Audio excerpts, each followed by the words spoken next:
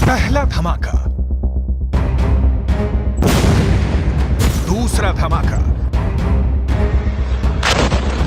तीसरा धमाका, चौथा धमाका, पांचवां धमाका। इतने धमाकों के बाद भी क्या हमास का कमांडर और गाजा का बिन लादेन कहा जाने वाला याह्या सिनवार जिंदा है,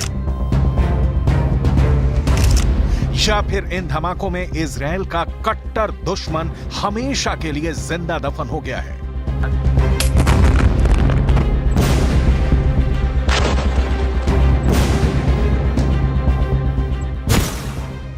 हमास का कमांडर याह्या सिनवार कहां है, कैसा है, किस हाल में है, यह फिलहाल कोई नहीं जानता। उसको शिद्दत से ढूंढने वाला इजराइल भी नहीं जानता कि सिनवार जिंदा है या मर चुका है। वो बस सिनवार की मौत पुख्ता करने के लिए गाजा पर लगातार बम मारे जा रहा है।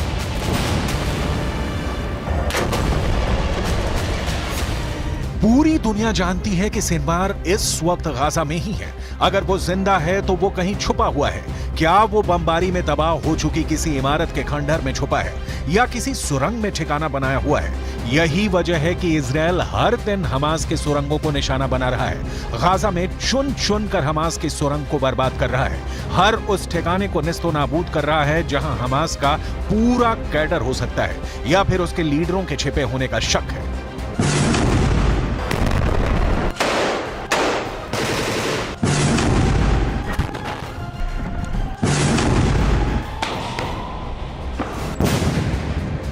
एयर स्ट्राइक, टैंक से बमबारी, सुरंग में घुसकर हमास के लड़ाकों के खिलाफ ऑपरेशन। इन हमलों से एक बात तो साफ है कि इजराइल ने याह्या सिनवार की मौत की गारंटी ले ली है। उसके पास गाजा से निकलने के सारे रास्ते बंद हो चुके हैं। यह नेतन्याहू की कसम है कि सिनवार या तो मारा जाएगा या फिर सरेंडर करेगा, लेकिन गाजा से बचकर नहीं जा पाएगा। यह सेंट्रल गाजा की तस्वीर है। यहां इजराइल की सेना ने हमास की एक और सुरंग पर धावा बोल दिया है। करीब 100 मीटर लंबी इस सुरंग में हमास के लड़ाकों ने जंग का पूरा इंतजाम किया हुआ है। युद्ध लड़ने के लिए साजो सामान तैयार है। यहां से मोर्टार बरामद हुए, ग्रेनेड भी मिले। इजराइल की सेना पर अटैक करने के लिए आरपीजी रॉकेट का जखीरा भी मिला। साथ ही वो सामान मिला जिसके सहारे हमास के रॉकेट की रेंज बढ़ाई जा सके, वो लंबी दूरी तक इजराइल की सेना पर हमला कर सके। इजराइल की बहुत ही खतरनाक माने जाने वाली 179th ब्रिगेड ने इस ऑपरेशन को अंजाम दिया। अब एक और वीडियो देखिए। इजराइल अपने दक्षिण की तरफ से हमास के ठिकानों पर हमले कर रहा है।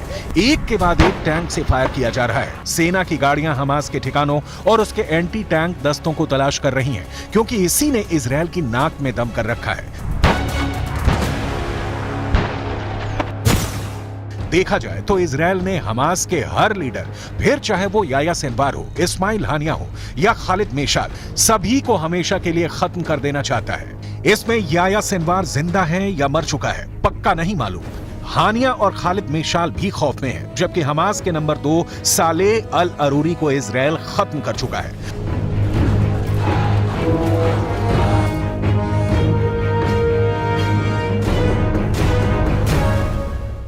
वैसे युद्ध के 3 महीने बाद भी इजराइल को वो कामयाबी नहीं मिली है जिसकी उसे उम्मीद थी। यही इजराइल की सबसे बड़ी मुश्किल भी है, क्योंकि जितना ज्यादा वक्त हमास के थिंक टैंक को मारने या पकड़ने में लगेगा, युद्ध उतना ज्यादा खिंचता चला जाएगा। और युद्ध जितना लंबा खिंचेगा, इजराइल को ना सिर्फ आर्थिक मोर्चे पर उतना नुकसान होगा, बल्कि उसकी सेना की साख भी गिरती जाएगी, जो अभी तक इस युद्ध के बड़े टारगेट हासिल नहीं कर पाई है, जबकि उसकी बमबारी में करीब 23,000 लोगों की मौत हो चुकी है।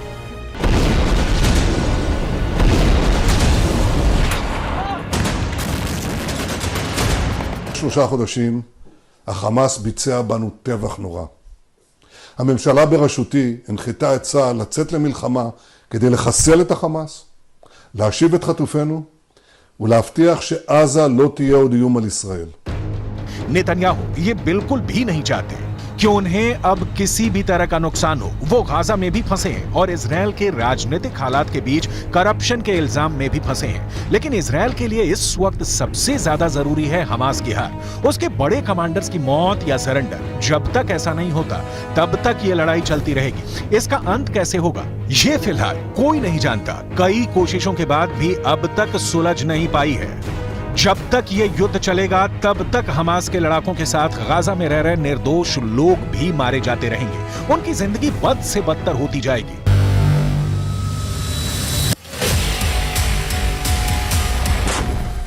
गाजा में एक बार फिर सीज फायर की कोशिश शुरू हो गई है। जॉर्डन के किंग अब्दुल्ला ने अमेरिका के विदेश मंत्री एंटनी ब्लिंकन से कहा है कि गाजा में सीज फायर कराया जाए। किंग अब्दुल्ला ने कहा है कि अगर युद्ध जारी रहा तो इसके बहुत बुरे नतीजे देखने को मिलेंगे। गाजा की फिक्र पूरी इंटरनेशनल कम्युनिटी को है। यही वजह है कि सभी अब यही चाहते हैं कि कम से कम इजरायल अपने ऑपरेशन को इस तरह से अंजाम दे कि आम लोग उसकी बमबारी का शिकार न बने। Immer klarer, die israelische Armee muss mehr tun, um Zivilistinnen und Zivilisten in Gaza zu schützen. Sie muss Wege finden, Hamas zu bekämpfen, ohne dass so viele palästinensische Menschen Schaden an Leib und Leben nehmen. Das Leid so vieler unschuldiger Beteiligter kann so nicht weitergehen. अब इस बच्चे को देखिए, Israel की बमबारी के बाद ये एक इमारत के मलबे में दबा हुआ था। आधे घंटे तक वो मलबे में दबा रहा और उसके बाद इसे किसी तरह से जिंदा निकाला गया।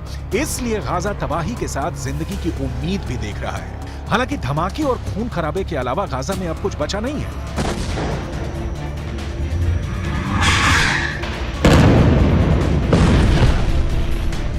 गाजा में इस वक्त जिंदगी मौत से भी बदतर हो गई है। एक बड़ी आबादी के पास अब रहने के लिए घर नहीं है। वो रेफ्यूजी कैंप में रहने को मजबूर है।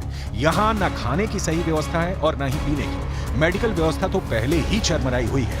लोगों का कहना है कि इजरायल ने बाहर से आने वाली मदद को रोक दिया है।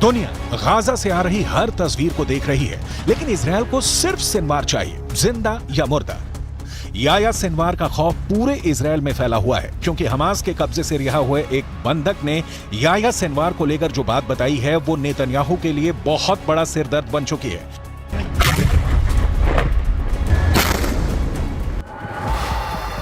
हमास के कब्जे से रिहा हुए एक बंधक ने बताया कि जब गाजा में वो एक सुरंग में कैद करके रखे गए थे तब एक दिन अचानक सुरंग का दरवाजा खुला और उनके सामने एक व्यक्ति था जो याया सिनवार बताया जा रहा है।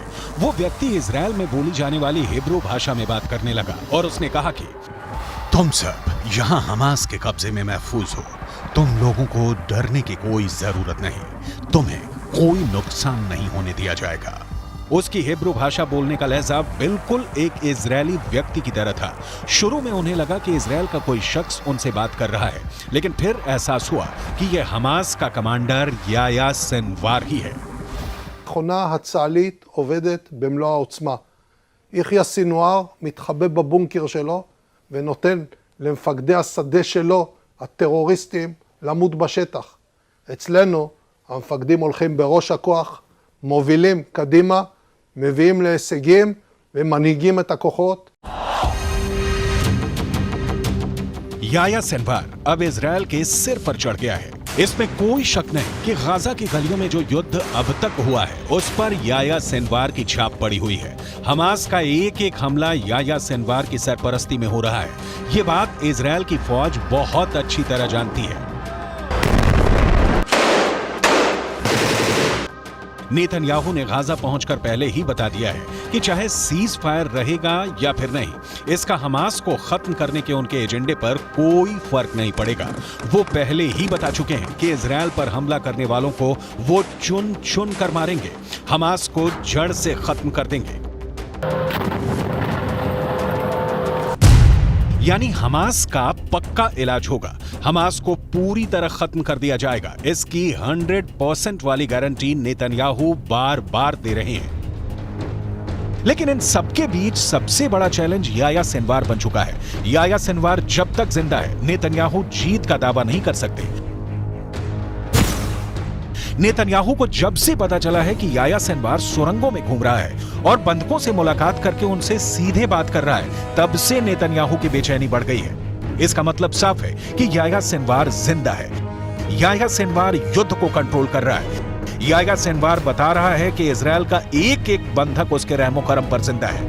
यही बात इजरायल को बहुत परेशान कर रही है।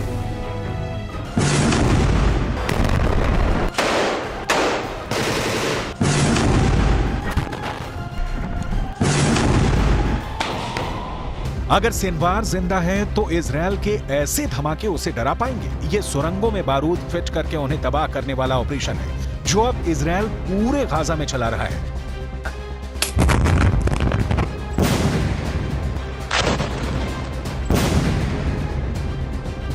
लेकिन हमास जिंदा है और वो याह्या सिनवार के ऑर्डर पर कुछ भी कर गुजरने को तैयार है। सिनवार की बहुत ही खास स्ट्रेटजी है जिसके आगे अभी तक इजरायल नाकाम ही साबित हुआ है। 7 अक्टूबर को हुए हमले के बाद हमास के खिलाफ जंग में इजरायल के 2 मकसद थे। पहला, हमास के पास से करीब 250 बंधकों को आजाद कराना, जिसके लिए इजरायल को सीज फायर करना पड़ा, यानी उसका युद्ध और बमबारी काम नहीं आया, वो फेल हो गया। दूसरा मकसद, इजरायल हमास को जड़ से खत्म करना चाहता है, लेकिन अभी तक इसमें भी इजरायल फेल ही साबित हुआ है। इसमें कोई शक नहीं कि याह्या सिनवार ही 7 अक्टूबर को हुए हमास के हमले का मास्टरमाइंड है। उसी ने साजिश रची, उसी ने टारगेट चुना और अब वही गाजा में सब कुछ कंट्रोल कर रहा है। गाजा की गलियों में जो युद्ध हुआ है या हो रहा है, उसने इजरायल को भी बड़े झटके दिए हैं। इजरायल को उसके मुताबिक नतीजे अभी तक नहीं मिले हैं। ऐसे में ये बात साफ है कि इजरायल का हमास के खिलाफ ऑपरेशन और तेज होगा। इजरायल का ऑपरेशन बता रहा है कि अब उसने गाजा को 2 हिस्सों में बांट दिया है, या कहीं कि गाजा को 2 हिस्सों में काट दिया है। एक तरफ है उत्तरी गाजा, जिसको चारों तरफ से इजरायल की सेना ने घेर लिया है। अंदर बहुत खतरनाक युद्ध पूरी दुनिया ने देखा है। तो दूसरी तरफ है दक्षिणी गाजा। इजरायल की कोशिश है कि उत्तरी गाजा में हमास के पूरे कैडर को खत्म कर दिया जाए, लेकिन नेतन्याहू को इसमें कामयाबी कब मिलेगी, ये फिलहाल वो खुद नहीं जानते।